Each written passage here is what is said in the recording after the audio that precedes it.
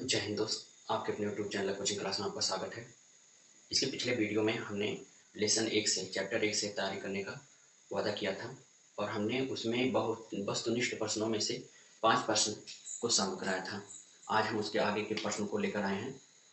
आपसे निवेदन है कि आप इन क्वेश्चनों को नोट करते रहें और ताकि आप जब रिवीजन करें तो आपके सामने आपका क्वेश्चन रहे और उसे आप बार-बार रिवीजन करते रहें। ठीक भाई?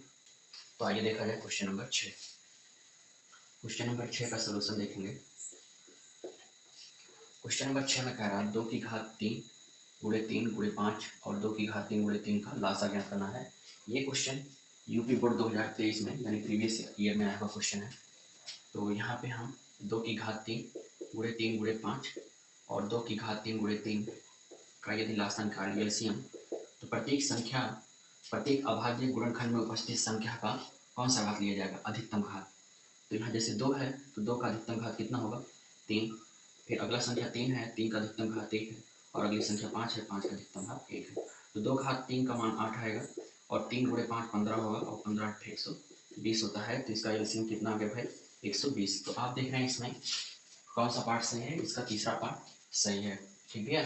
क्वेश्चन नंबर 7 में कह रहा है कि दो धनात्मक पूर्णांकों ए और बी के लिए ये 2023 में अब क्वेश्चन है। इसमें 4 पार्ट दिया गया है। इसमें से सही कथन क्या है ये बताना है। तो दो संख्याओं के लिए केवल और केवल दो संख्याओं के लिए दोनों संख्याओं का गुणनफल उनके लासा और मासा के गुणनफल के बराबर होता है। 3 संख्याओं के लिए संभव नहीं है। तो ये लास्ट ऑप्शन, चौथा ऑप्शन जो है कि दोनों संख्याओं का गुणनफल अर्थात ए और बी का गुणा कराया गया और ये गुणनफल इनके मासा और लासा के गुणनफल के बराबर है और यही ऑप्शन इसका सही है। ये भी 2023 में क्वेश्चन आया हुआ है। क्वेश्चन नंबर 8 देखा जाए। लासा 12 और 21 का लासा 8 84 दिया है तो इसका मासा ज्ञात करना। ध्यान देंगे यही फार्मूला प्रयोग किया जाएगा कि दो संख्याओं का गुणनफल उनके लासा और मासा के गुणनफल के बराबर होता है। तो दो संख्याएं 12 और 21 दिया गया है, इनका गुणनफल इनके लासा अर्थात 84 और इनके मासा के गुणनफल के बराबर होगा। मासा का मान निकालना है 84, मासा के साथ गुणा करा रहा है, बाएं पक्ष में आके भाग कराएगा तो 12 गुणे 21 बटे 84 होगा और ये किसके बराबर होगा? मासा के। 12 एकम 12, 12 सत्य 84 होगा, 7 एकम 7, 7 त्रिक 21। तो इसका मासा कितना हो जाएगा? इसका मासा हो जाएगा 3। तो इसका कौन सा ऑप्शन सही है? इसका भी पहला ऑप्शन सही है। विश्वास है कि आपको सॉल्यूशन के साथ जो आंसर विकल्प बताया जा रहा है वो आपको पूरा समझ में आ रहा है। आइए देखा जाए क्वेश्चन नंबर 9। क्वेश्चन नंबर 9 में कह रहा है यदि 26 और 156 का लासा 156 है तो इनका मासा ज्ञात कीजिए। ध्यान देंगे एक संख्या 26 है और दूसरी संख्या 156 है। ठीक है भैया, दो संख्याओं का गुणनफल इनके लासा और मासा के गुणनफल के बराबर होता है। ठीक, तो दो संख्याओं का गुणनफल का लासा कितना दिया है? सॉरी, दो संख्याओं का लासा अर्थात 26 और 156 का लासा 156 दिया है, इनका मासा पूछ रहा है। तो 26 गुणे 156 बराबर कितना लिख सकते हैं? 156 गुणे मासा।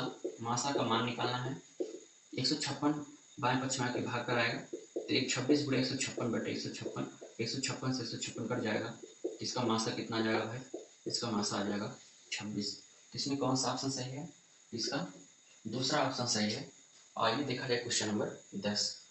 ध्यान देंगे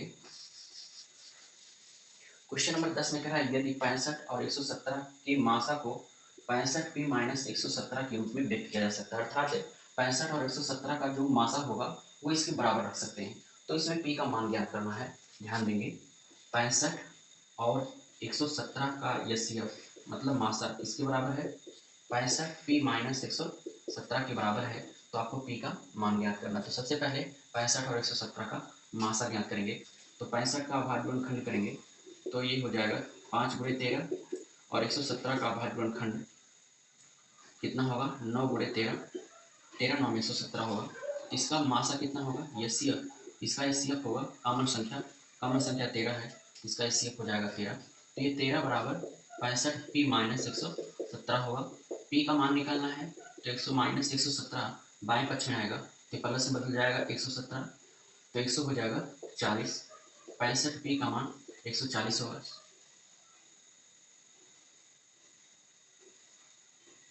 117 में 13 जोड़ दीजिए तो कितना हो जाएगा? 130। 130 बराबर 65p होगा और p का मान निकालना है तो 130 बटा 65 लिखेंगे। 65 एकम 65 गुना 130, तो पी का मान कितना आ जाएगा 2। तो इसका कौन सा ऑप्शन सही है? इसका दूसरा ऑप्शन सही है। तो इस तरह से क्वेश्चन नंबर 6 से 10 तक का बहुविकल्पीय प्रश्न में सॉल्यूशन के साथ उनके विकल्पों को बताया गया। आज हम इस चैप्टर में अर्थात वास्तविक संख्याओं में वस्तुनिष्ठ प्रश्न अर्थात बहुविकल्पीय प्रश्न का पूरा जानकारी देकर आज समाप्त करेंगे, ताकि लघु उत्तरीय दीर्घ उत्तरीय प्रश्न को भी सॉल्व कराया जाए। तो आपके सामने 10 नंबर तक का क्वेश्चन सॉल्व कराया गया है। अब इसके आगे हम अगला क्वेश्चन देखेंगे। तो भाई क्वेश्चन नंबर 11 का है कौन सा अभाज्य संख्याओं का युग्म है? ये युग्म दिया गया है और इसमें बताना है कौन सा युग्म सहअभाज्य संख्याओं का युग्म है। तो बहुविकल्पीय प्रश्न को समझने से पहले हम ये समझेंगे कि सहअभाज्य संख्याएं होती क्या हैं या किसे कहते हैं। तो वे संख्याएं भाई वे संख्याएं जिनका एचसीएफ 1 होता है, अर्थात जिनका मासा कितना होता है 1 होता है, वो क्या कहलाती हैं? सहअभाज्य संख्याएं कहलाती हैं, है ना। ध्यान देंगे जितनी भी संख्याएं होंगी अगर उनका भाज्य गुणनखंड विधि द्वारा या भाग विधि द्वारा हम मासा निकालें और उनका मासा 1 आ जाए, उनका मासा कितना आ जाए 1, तो ऐसी संख्याओं को सहअभाज्य संख्याएं कहते हैं।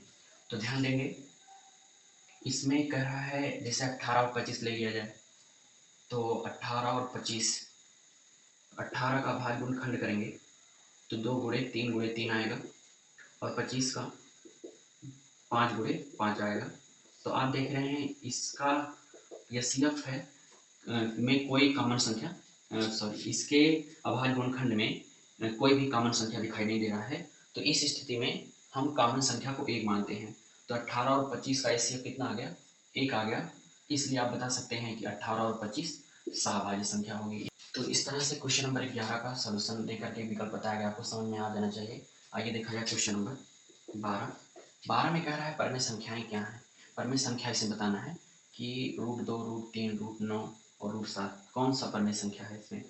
तो ध्यान देंगे रूट यम की यदि कोई संख्या दी गई है और यम पूर्ण वर्ग संख्या हो, यम क्या हो? पूर्ण वर्ग संख्या, तो वो रूट यम के रूप की संख्या परमेय संख्या होगी, ठीक। और यहीं पे यदि रूट यम के रूप का दिया हो कोई संख्या और यम पूर्ण वर्ग संख्या ना हो, पूर्ण वर्ग संख्या ना हो,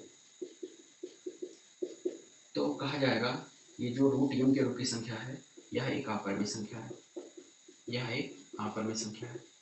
तो इसमें परमेय संख्या बताना है तो रूट के अंदर जो भी संख्या होनी चाहिए किसी न किसी संख्या का वर्ग होना चाहिए। तो आप देख रहे हैं √2 जो किसी संख्या का वर्ग नहीं है, तो इसलिए परमेय संख्या नहीं हो सकता। √3 दिया है, 3 भी किसी संख्या का वर्ग नहीं है, इसलिए भी परमेय संख्या नहीं हो सकता। √7 का देखा जाए तो 7 भी किसी संख्या का वर्ग नहीं है, तो ये भी परमेय संख्या नहीं हो सकता। तो √9 को देखा जाए तो 9 3 का वर्ग, अर्थात 9 जो है पूर्ण वर्ग संख्या है और पूर्ण वर्ग संख्या है इसका वर्गमूल हम ज्ञात कर सकते हैं, इसलिए √9 एक परमेय संख्या है। आगे देखा जाए क्वेश्चन नंबर 13 इसी से रिलेटेड है।